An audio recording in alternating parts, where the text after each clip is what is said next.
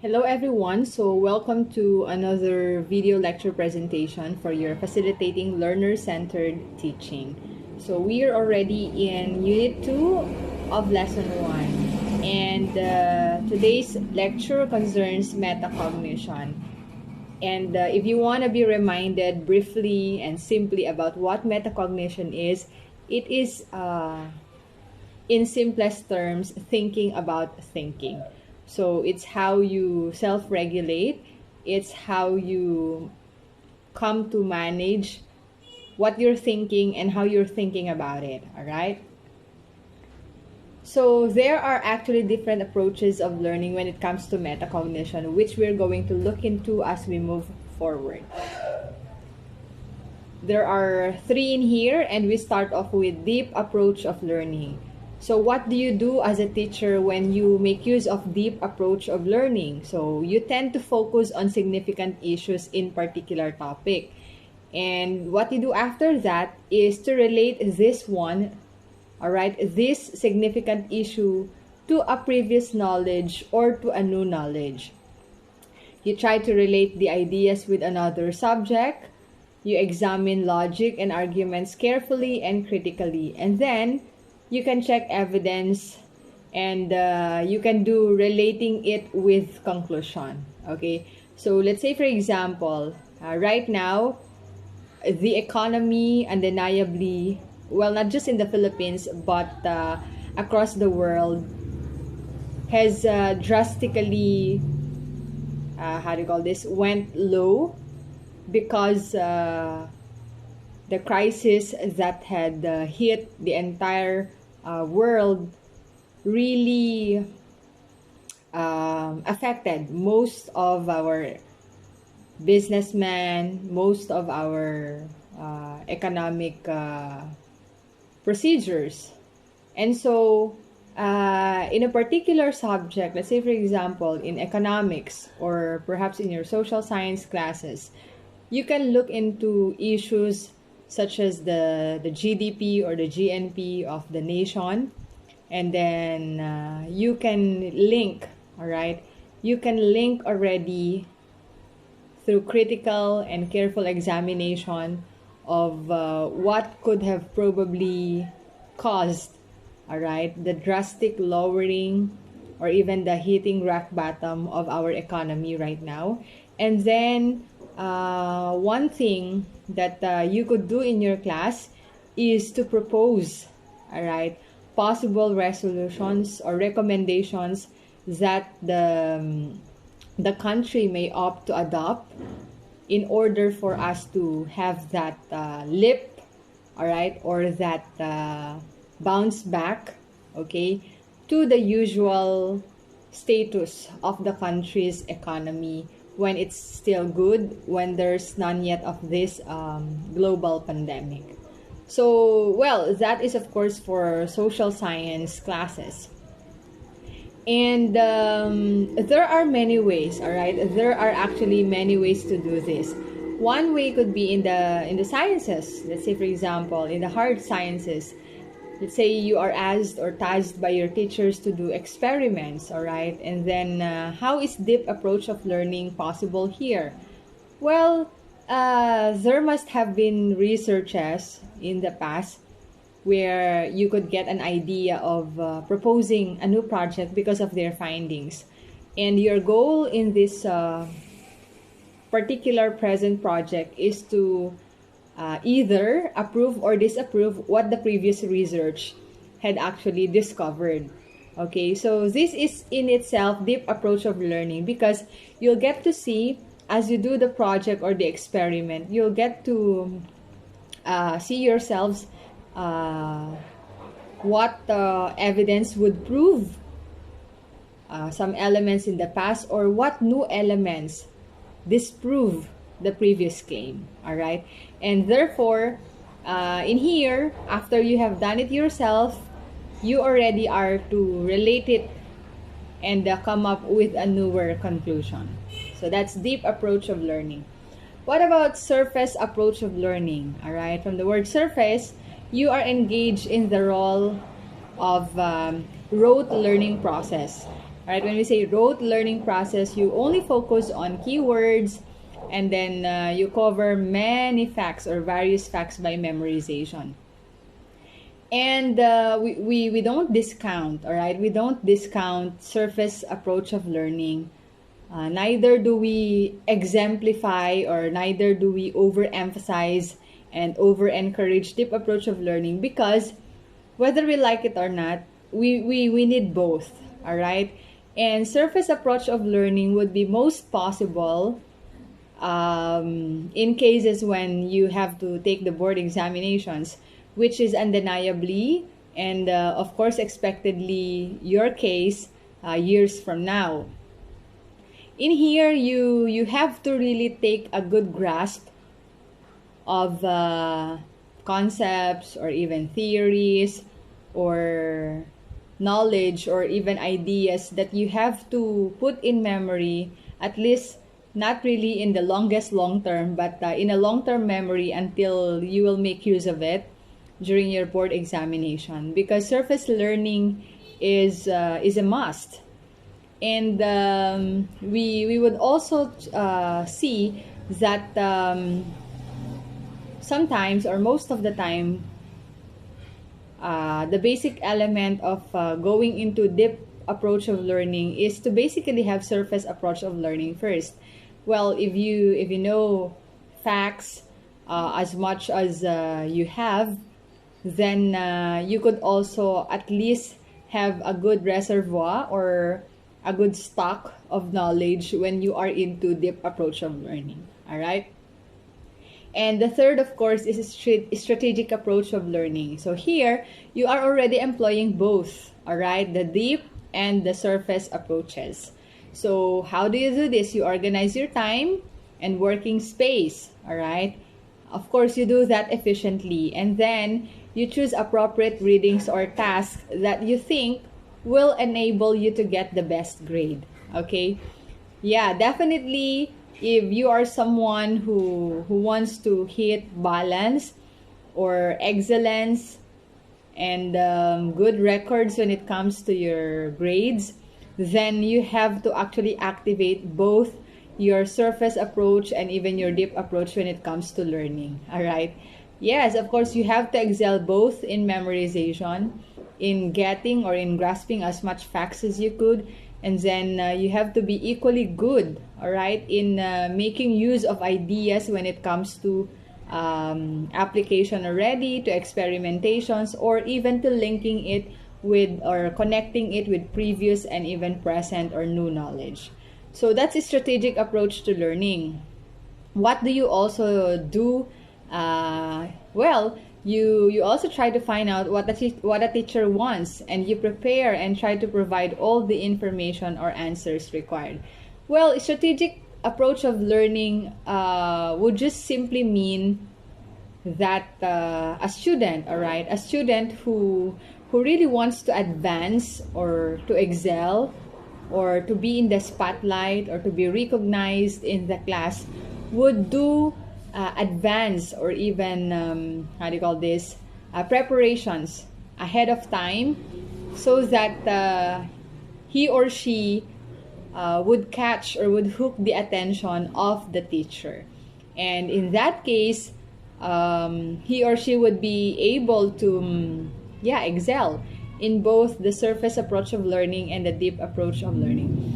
Just a sharing. I remember when I was still in high school. Well, I was about to graduate then in my in my high school, and my elder sister, our eldest, because we're just three, and I am the second. Our eldest enrolled Bachelor of Secondary Education major in English. But she really wanted the mass communication, which unfortunately she did not pursue because of reasons.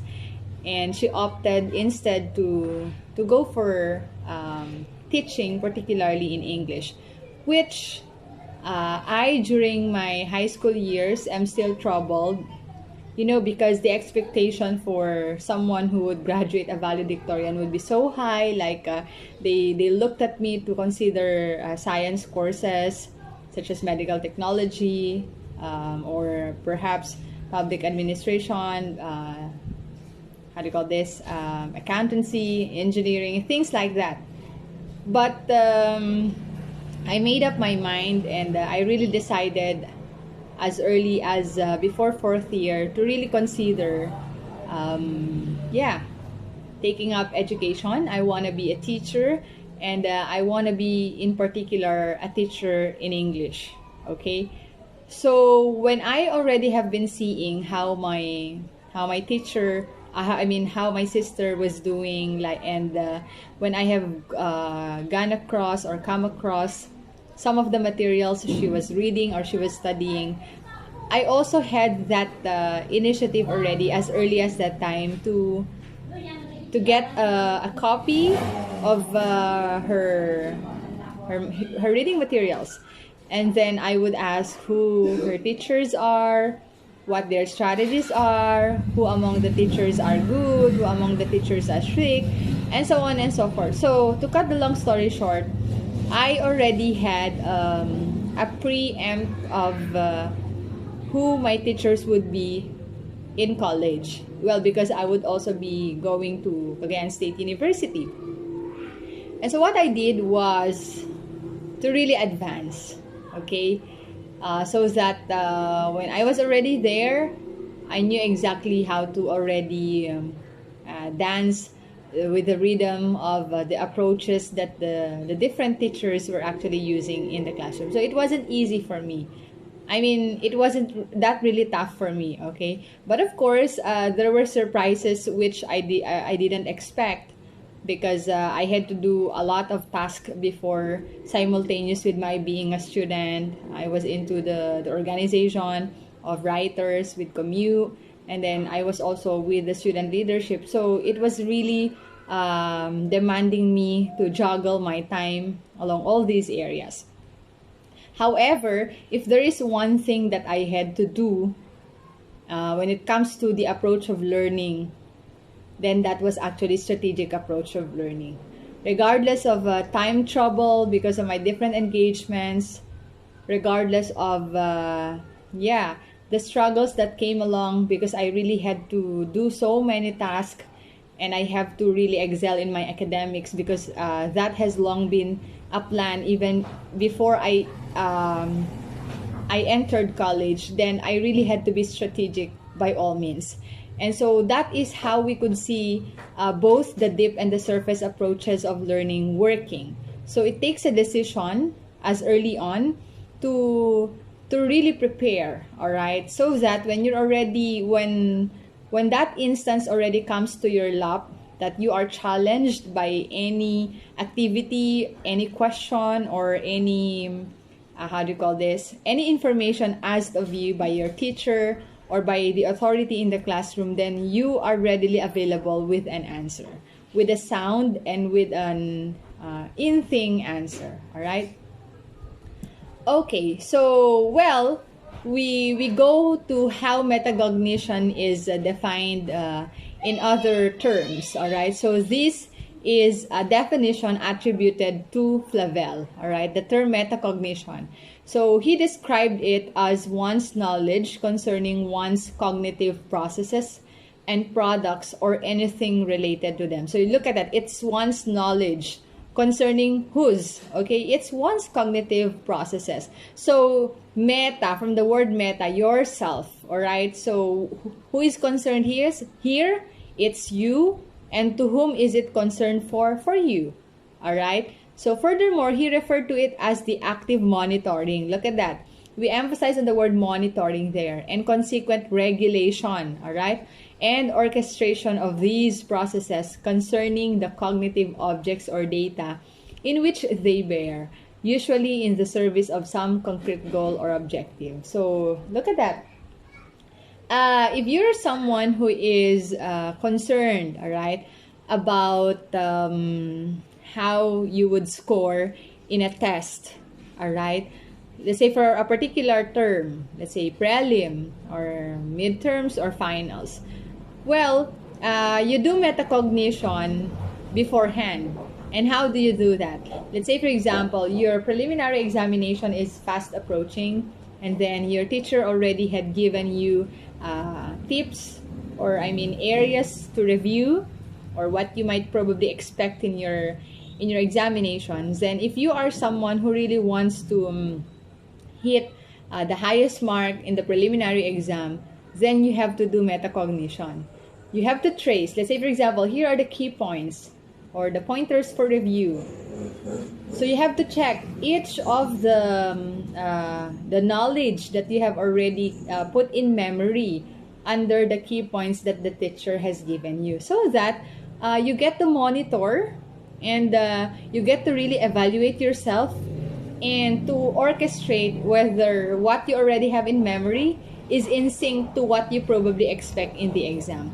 And that's just one example of metacognition. Or let's say, for example, you are this learner who's just so concerned about passing the board examination, even if you're still in the second year of your college. You already have that intentional feeling, all right, or intentional goal of making it to the board exam. So as early as your second year, you already have this intention or this habit or practice of checking into the prospectus, all right, or ano bang tawag sa inyo dyan? You call it the course guide. No, it's not course guide. As soon as you enter college, di ba may binibigay yung college na parang list of subjects, first year, second year, third year, fourth year. I call it prospectus. Well, I don't know the term. Yeah, basta it's a list of courses, all right, for until you finish the fourth year.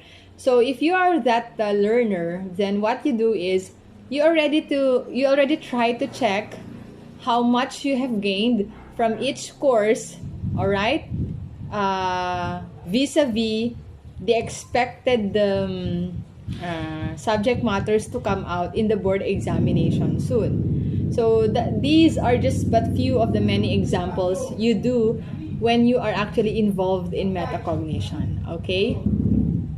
So Flavel 1976 actually put that in words. And simply stated, metacognition is knowledge and cognition about cognitive phenomena. So that's Flavel in 1979. The meaning just metamorphosed into thinking about thinking, knowing about knowing, and cognition about cognition. All right. So that is how it translated until it developed into these terms. Well, as for me, what left in my memory since college is thinking about thinking. And that would already remind me that it's actually about monitoring, about regulation, and things like that. All right, so that's metacognition. What about the components of metacognition? All right, so the elements of metacognition are, there are two. So these are metacognitive knowledge and metacognitive regulation. Still, these are attributed to Flavel in 2004. So these elements are interrelated. All right, the presence of the first one enhances the second element. Remember that. So they have an interrelation. So one affects the other. All right. Particularly, it's the first one that enhances the second element. So we'll see into how metacognitive knowledge and how metacognitive regulation would differ and would interrelate. So we have cognitive knowledge. So cognitive knowledge is also called knowledge of cognition, and this refers to what individuals know about their cognition. So it's not simply about you thinking, but what do you exactly know about how you think, all right? Or perhaps you get to evaluate how far do you know about what you are thinking, okay? So there are under this cognitive knowledge that you have to know in particular. So the first one is declarative knowledge or personal knowledge. So, well, this would be a general knowledge, all right, of things or about the world, all right? So it also refers to a learner's understanding of own abilities, the knowledge about oneself as a learner, and of the factors that moderate one's performance. This type of knowledge is not always accurate, as the learner's evaluation of its abilities may be unreliable. All right, so let's try to look into that. How do you know yourself right now? How do you qualify yourself? Which category do you belong? Are you a type of learner who is on the coping ones, or I mean the ones who are just trying it so hard in order to cope with the difficulties of the classes or the courses, but you are trying? Or perhaps you are simply the excellent one, the easy to understand or the easy to follow learner, the one who could easily get instructions and manipulate on them.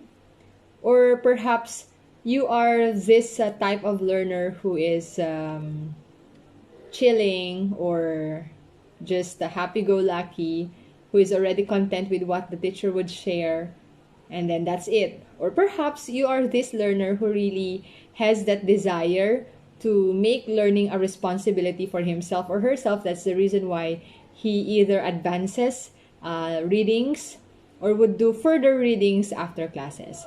It's only you who can entitle yourself to which category do you belong. But remember, it's said in here that this type of knowledge is not always accurate, as the learner's evaluation of his or her capability may be unreliable. How does that become unreliable? Sometimes because of our in denial, because we wanted to be uplifting our ego, we do not want to be shamed. Even if it's not true about us already, we tend to say, I'm the excellent learner, even if you are the coping one.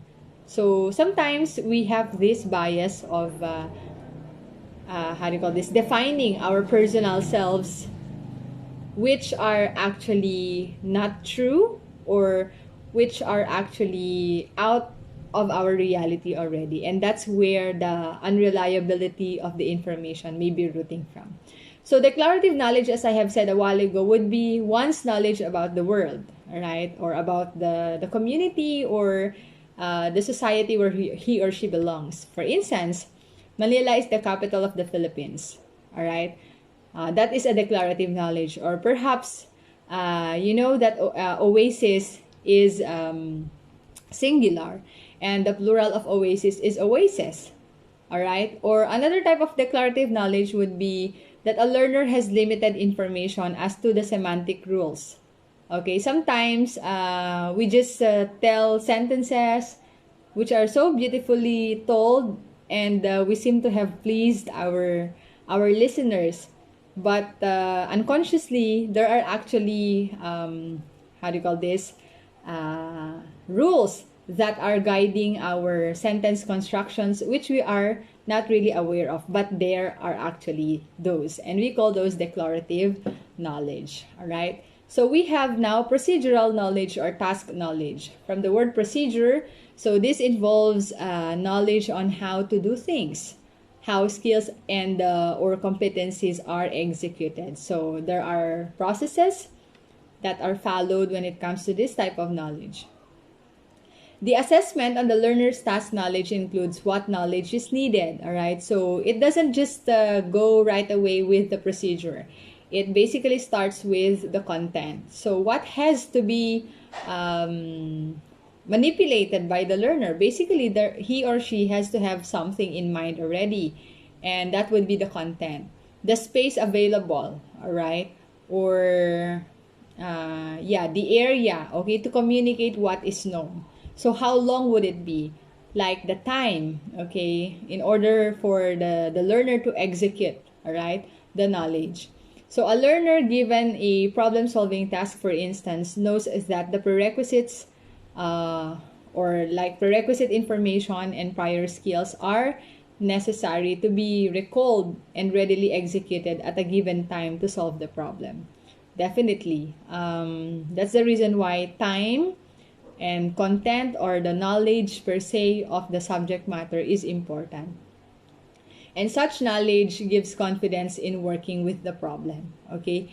If, of course, the learner is already aware, all right, of the given time and even the prior skills that are expected of him in performing a certain experiment, then that adds to the confidence that he or she may actually execute the task expected of him. So that's procedural knowledge. What could also be other procedural knowledge when it comes to your field? Well, let's say, for example, for MAPE teachers to be, like some of you, if you will land on that job, procedural knowledge would be, well, in sports, like how you coach. There are actually contents that you have to know before you can really command or give commands to athletes or even to coaches. Or in dancing, you just can't execute a dance step without actually knowing literature, the literature of dances. And you can't claim that this is the right position of the hand if you are not actually being supported by a literature, a dance literature. So that's procedural knowledge. You just can't do it with the time or with the length that you like, because you feel like the rhythm feels good, like this, like 1 2 3 1 2 3, when it's supposed to be 1 2 3 4 1 2 3 4. Yeah, things like that. So that's procedural knowledge. All right, now we have conditional knowledge or strategy knowledge.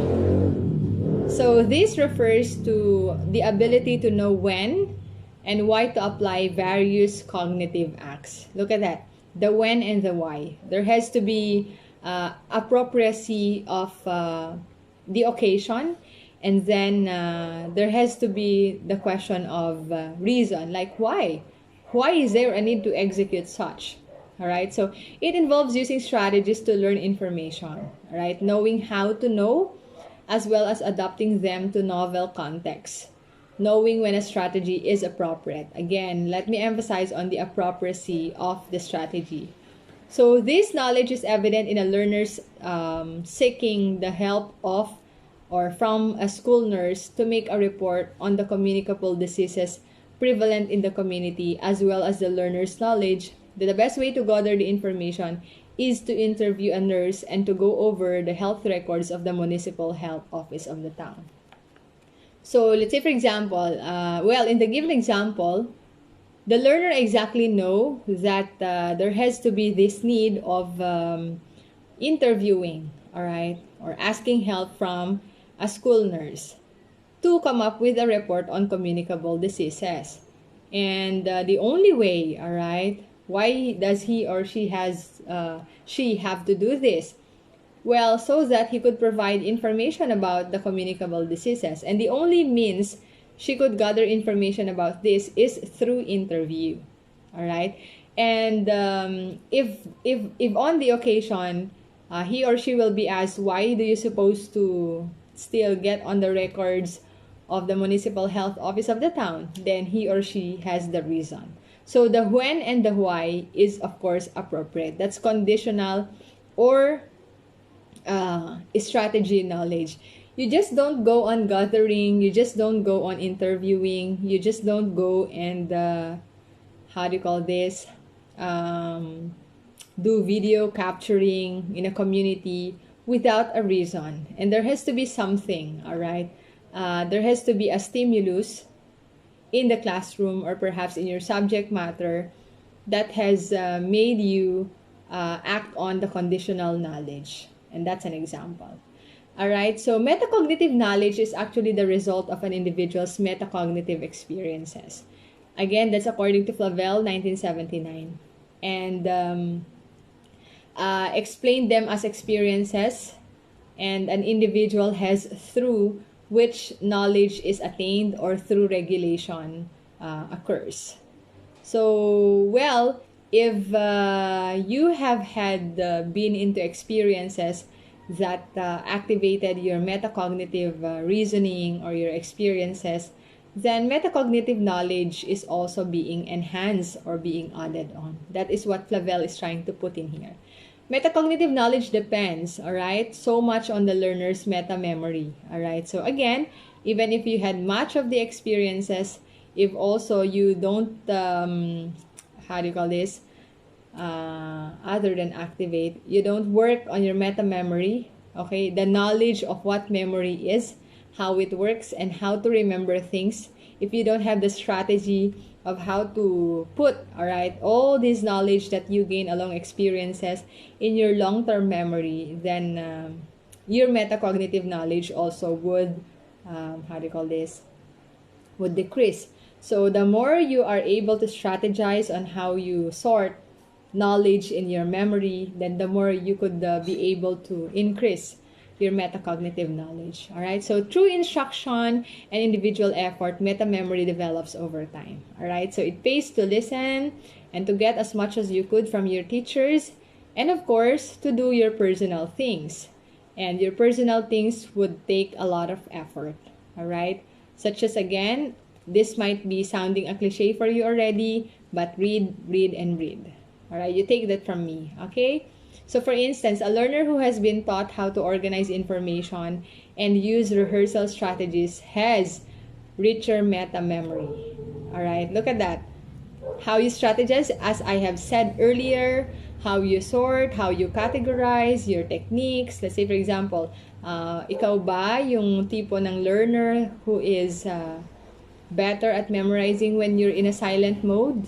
Or perhaps you are the one who is better at memorizing when you are with music turned on around you, or when you speak it aloud, all right, so that you retain it better.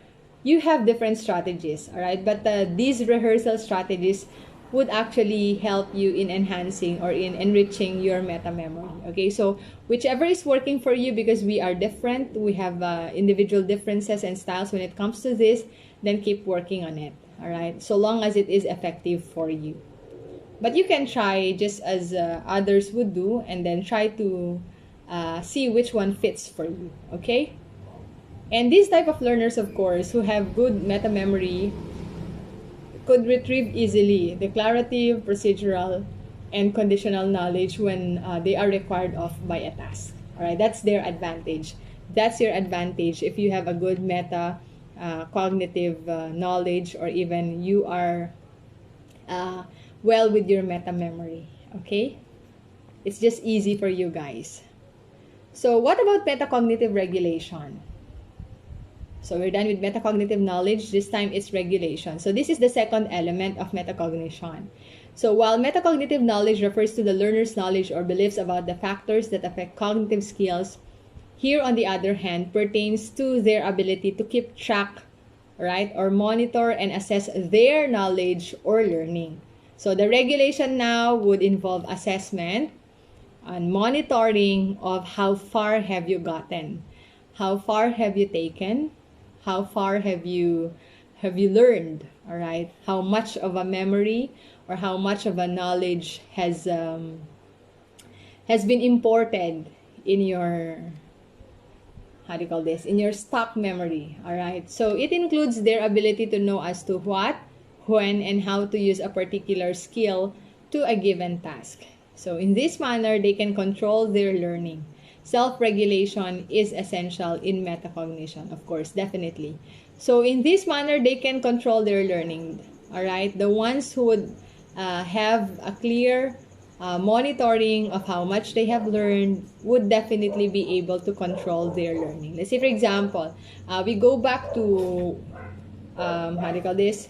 One of what I have taught already in the past lessons. I think that's in lesson 2 of unit 1. Isn't it that there is the filtering?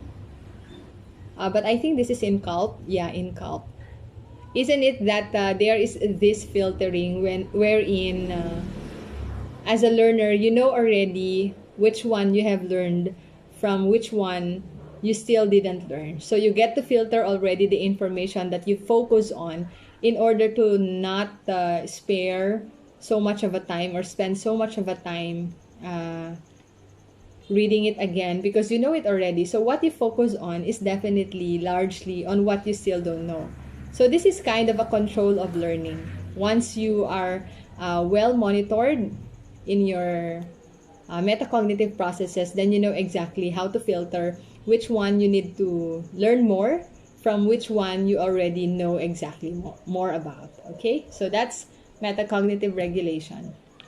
And there are, of course, processes that you have to undergo when you do such, all right, in order to activate or to manipulate on your control processes.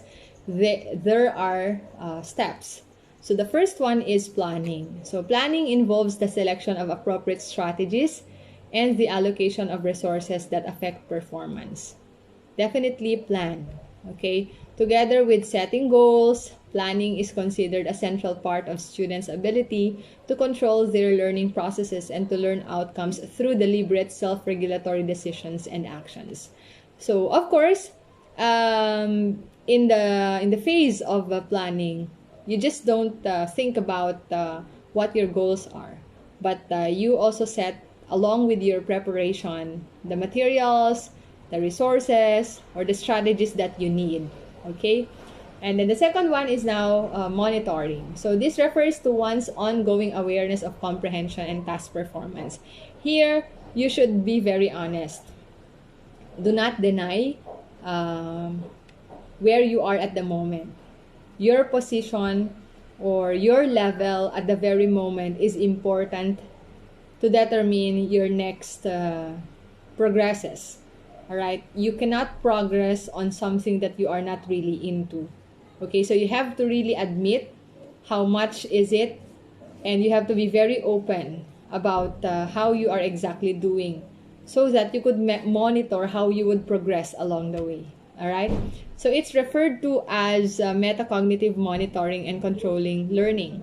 It also involves the monitoring of a person's thinking process and the current state of knowledge. So given a task, it involves the awareness of the person that the prerequisite knowledge and process to manage the task is sufficient to succeed in it. It also involves the ability to consider the accuracy of the knowledge and procedure to solve the task. All right? So in here, the monitoring, like I have said, requires thinking, processes, and current state of knowledge. So you have to really admit your present time and your present status when it comes to your metacognition. And step 3 would be evaluating, assessing knowledge or learning. So these now would be in total referring to appraising the products and efficiency of one's learning. It involves the person's ability to evaluate how well strategies used to lead to solutions of the problem or completion of the task. It also tells whether or not the procedure resulted in the correct answer or a different answer. So if in your planning and monitoring, you have chosen already your strategies and even the resources, and then you have become very honest of your present state or present state of knowledge in the monitoring, then perhaps it would follow that during the evaluation and assessment, you might yield, a favorable response. But if there are discrepancies along the planning and especially in the monitoring space, then you might be encountering problems, during this phase 3. All right, and that's already when it comes to the assessment. You might just be fooling yourselves if you have tricked yourselves in the monitoring phase. So you have to be very honest, so that when you get to see the results already, you would be convinced that this worked for me. So definitely by the next time I would be involved in such an activity, I might as well use this type of materials or resources. Okay? And here are, of course, principles for effective metacognitive instruction. So metacognitive instruction should be embedded in the context of the task at hand in order to allow for connecting task-specific condition knowledge, the if side, to the procedural knowledge of how the skill is applied in the context of the task, the then side of the production rule. So there should be if and then, all right? What do we do with if and then? So say, for example, if you are a teacher who would want to employ metacognitive instruction or task in his or her classes, then you have to be very particular as well with your ifs and thens. So if I'm going to make use of this strategy, then what am I expecting of my learners? If I'm going to manipulate the classroom in this type of an environment, then how might my students behave, or how might they respond? So things like that, okay? So that we get to see how they would be able to connect, all right, specific conditions of knowledge to a procedural knowledge. The second one is learners should be informed about the benefit of applying metacognitive skills in order to make them exert the initial extra effort. Correct. So that is the reason why rubrics is very important. This could be another means in which we materialize point number 2. So as early on, before any task, a project, or activity, we would tell the learners how they would be gaining credit of their performance after that. So they would be graded in terms of creativity, in terms of blah blah blah, and so on and so forth. So given all these criteria or sets of competencies, then they will be very aware of what to consider and which area they should put most of their time doing so that they would get or obtain high grades. And in that way, you are actually already inviting the learners to really exert so much of an effort to that particular task. And point number 3 is instruction and training should be stretched over time. Look at that, instruction and training, they go together, thus allowing for the information of production rules and ensuring the smooth and maintained application of metacognitive skills. Well, stretching it over time would mean it takes time, all right, for instruction and even training to yield good results and even good formation on the end of the learners. So this has to be considered as well by teachers. And yeah, that's it for our third, the first lesson in Unit 2. And I hope that you guys understood pretty well about metacognition.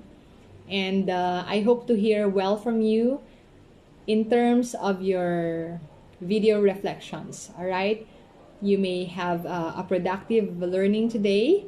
And if you have enrichments, you can also add them up to your video reflections. That's it. Thank you and goodbye.